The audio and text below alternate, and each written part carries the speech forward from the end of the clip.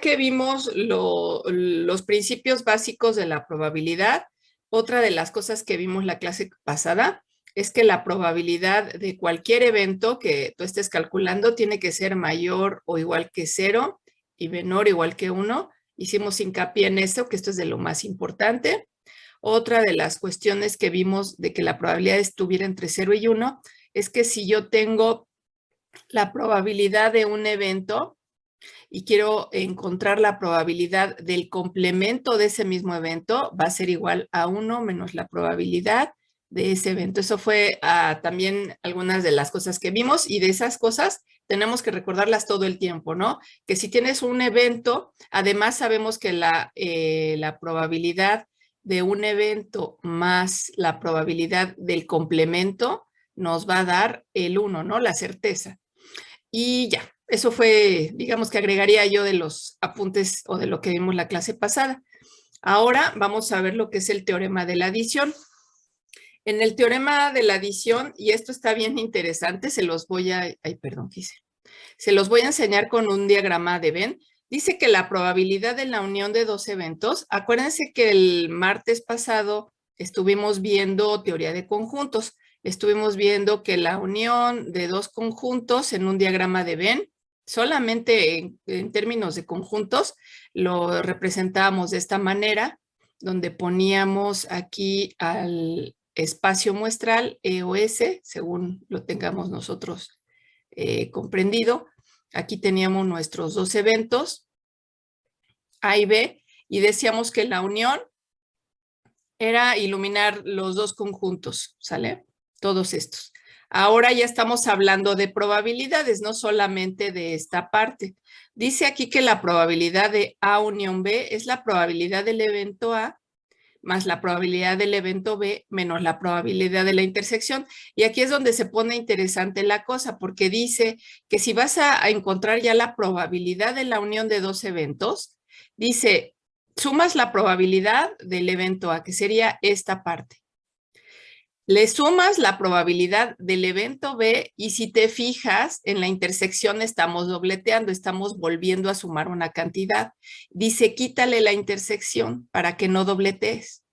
Entonces, esta fórmula es muy utilizada para hacer este cálculo de probabilidad donde tenemos la adición. Ok, Paredes, está bien. Si quieres retirarte, adelante. Y vamos a ver un ejemplo. Dice, si el experimento es lanzar un dado una vez, el espacio muestral, pues ya lo vimos la clase pasada, que tenemos que es del 1 al 6. Y tenemos un evento A, es que caiga un número par, que sería el 2, el 4 y el 6 dentro de este espacio muestral. Y el evento B es que caiga un número menor a 3, pues un número menor a 3 en este espacio muestral sería 1 y 2.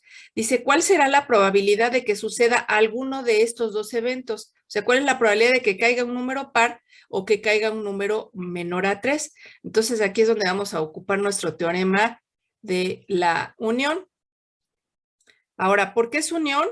Porque la pregunta es cuál será la probabilidad de que suceda alguno de estos dos eventos. Entonces, me está diciendo que suceda uno o que suceda el otro. Acuérdate que la unión, en términos de español, está representado por la letra O. En este caso, pues por la letra alguno de los dos. Alguno de los dos. Y entonces dice que esto es la probabilidad de A más la probabilidad de B menos la probabilidad de A intersección B. Como tú podrás observar, tenemos que calcular cada una de las probabilidades. Entonces dice la probabilidad de que caiga un número par. Vas a dividir la cantidad de elementos que tiene el evento A, 3, entre el total de elementos que tiene el espacio muestral, que es 6. Y le vas a sumar ahora la probabilidad de B, que es que caiga un número menor que 3. ¿Cuántos elementos tiene el evento B? Tiene 2. Entre el número de elementos del espacio muestral, que es 6, menos, y dice que ahora tenemos que encontrar la probabilidad de A intersección B. Quien quiera poner su micrófono y me dice cuál es la intersección, ¿cuántos elementos tiene A intersección B? No está aquí explícito, hay que sacarlo, pero ¿cuántos elementos hay que sean comunes a los dos conjuntos, al evento A y al evento B? Uno. El 2. Es el 2 y nada más hay un elemento, entonces aquí le puedo poner A intersección B es igual a el número 2. ¿Y cuántos números 2 hay en estos dados? Pues nada más hay uno. Y haces la operación. 3 más 2 sería 5 y 5 menos 1 sería 4 sextos. Entonces la probabilidad es de 2 tercios. Este 2 tercios más o menos es aproximadamente 0.66, si no me fallan las cuentas. ¿Sí, no? El 2 tercios. Sí, es 0.66666. Entonces lo podríamos dejar como 2 tercios para no entrar en un aproximadamente igual. ¿Alguna pregunta de este ejercicio? Lo otro que tienes que recordar es que la probabilidad de cualquier evento es la cantidad de elementos que tiene ese evento entre la cantidad de elementos que tiene el espacio muestral. Esta es, digamos que la fórmula de batalla de todo el tiempo. Por eso dijimos aquí 3 sextos, 2 sextos y 1 sexto. Muy bien. Entonces aquí abajo van a ver la respuesta, de todos modos. Aquí está el 3 sextos, el 2 sextos, el 1 sexto y ya aquí está el resultado. Aquí hay que poner, bueno, miren, es igual a 0.66666 o aproximadamente 66.66%. Ahora vamos a ver un ejercicio de aplicación de esos que ya traen redacción. Déjenme bajarlo tantito para que lo podamos ver. Dice, en una universidad, el 50% de los alumnos habla inglés, el 20% francés y el 5% los dos idiomas. ¿Cuál es la probabilidad de encontrar alumnos que hablen alguna lengua extranjera? Entonces, fíjense, aquí ya nos están dando las probabilidades, ya no nos están dando la cantidad de elementos como lo hicimos hace rato, sino que ya nos dan porcentajes. Aquí lo que conviene es definir quién va a ser A, quién va a ser B y quién va a ser la intersección. Entonces, vamos a ver. A es el evento hablar inglés, B el evento hablar francés y el evento de que hablan inglés y francés sería A intersección B. Ahora lo que podemos hacer es traducir las probabilidades con las correspondientes letras.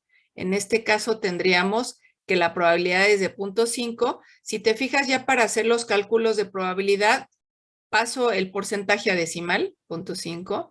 Luego la probabilidad de que hable francés una persona es del 20%, lo traduzco a probabilidad de B.2 y los dos idiomas, este 5% equivale a 0.05, entonces la probabilidad de la intersección. Fíjate qué sencillo es.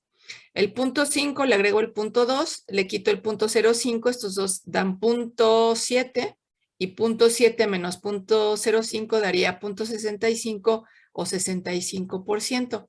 ¿Tienen alguna pregunta o alguna duda de este ejercicio?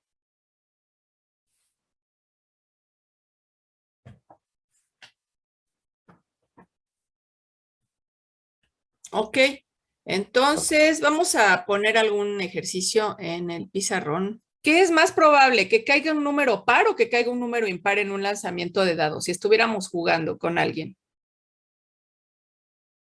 Son Es lo igualmente mismo, probables, ¿no? Tienen la Porque misma hay probabilidad. 3 pares y 3 impares. Así es, tienen la misma probabilidad. ¿Convendría jugar a eso?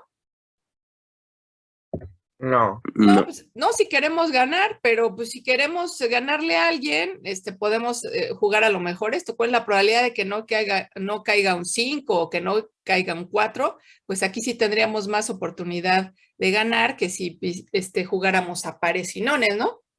Entonces, ¿se acuerdan ustedes de la película de Blackjack? Sí. Ok, ahí es donde ya entra toda la teoría de probabilidad. No sé si ya les platiqué de dónde sale de la probabilidad como tal.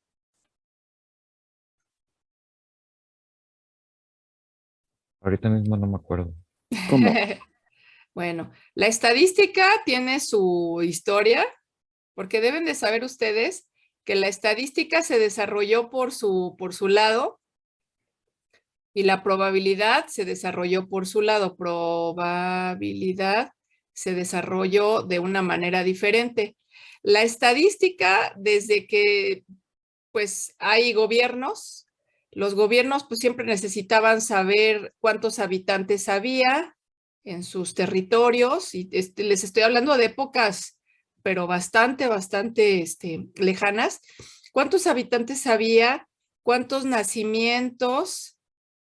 Porque, ¿y para qué creen ustedes que era importante saber los habitantes, los nacimientos y por supuesto las muertes o los fallecimientos? ¿Para qué creen que un gobernante quisiera saber esto?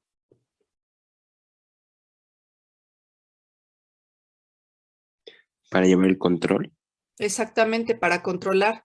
Esto pues era para cobrar impuestos, esto para cobrar impuestos y esto para cobrar impuestos. O sea, efectivamente para llevar el control, ahí nació la estadística, hacer los conteos, pero también la producción agrícola, lo mismo para cobrar impuestos, agrícola o de producción animal, todo lo que tenía que ver con economía. Ahí fue donde la estadística entró, pero casi sin llamarse estadística. La historia de la probabilidad es bien interesante. Esta es en la época de los romanos. Y resulta que había pues no era un rey, pero era una persona con mucho dinero, tal vez sí era un príncipe, y a él le gustaba muchísimo apostar. Él siempre jugaba a las cartas. En la época de los romanos ya se jugaban a las cartas.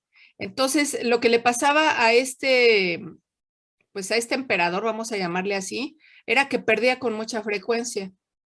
Y entonces le encargó a un sabio que por favor estudiara cómo ganar a las cartas. Así le dijo al sabio, le dijo, tú si no me enseñas cómo ganar a las cartas, te voy a cortar la cabeza. Y el sabio dijo, pues me voy a aplicar porque si no, mañana ya no estoy. Entonces el sabio empezó a ver cómo le hacía para que este romano pudiera ganar los juegos y así fue como nació la probabilidad, justamente de un juego de cartas.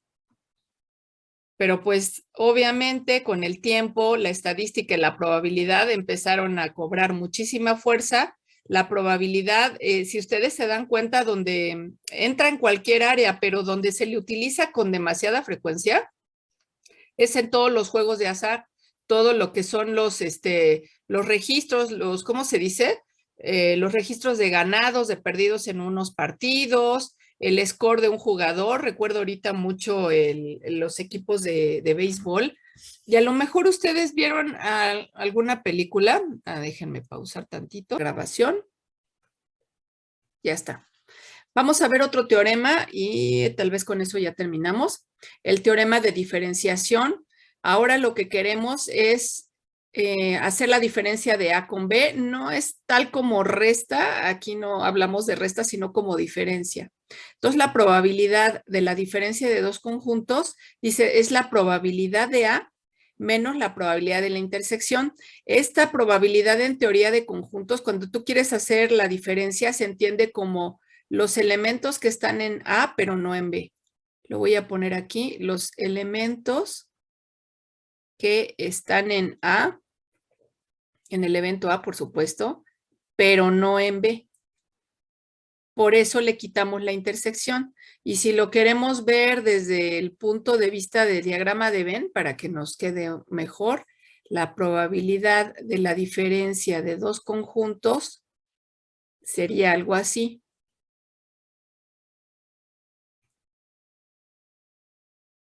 Ahí está más o menos. No están del mismo tamaño, pero deberían de estar del mismo tamaño. Tengo aquí mi evento A, mi evento B, y la diferencia se entiende como los elementos que están en A, pero no en B. Por eso le tienes que quitar la intersección a la probabilidad de A. O sea, tienes todo el evento A y le quitas este pedacito. Por eso se quita la intersección. Ahora sí vamos a ver el ejemplo. Dice, si el experimento es lanzar un dado, el evento A es que caiga número par y el evento B es que caiga un número menor a 3, que ya lo habíamos visto. La pregunta A es, ¿cuál es la probabilidad de que caiga por un par, pero que no sea menor a 3? Y la otra pregunta es, ¿cuál es la probabilidad de que caiga menor a 3, pero no par? Bajar para ver el resultado. Aquí está. Efectivamente, lo que ustedes dijeron, la probabilidad de que caiga par, pero no menor a 3, sería de 1/3, o bueno, de 2/6, si lo queremos ver así. Y la otra, el otro inciso es la probabilidad de que caiga menor a 3, pero no par, que sería 2/6, que equivale a 1/3, y ese sería el 33.33. ¿Alguna pregunta? Ah, no, es este. Dale like si te gustó, suscríbete, activa la campanita para recibir notificaciones y escribe en los comentarios qué te gustó de mi explicación o qué tema te gustaría que te explique.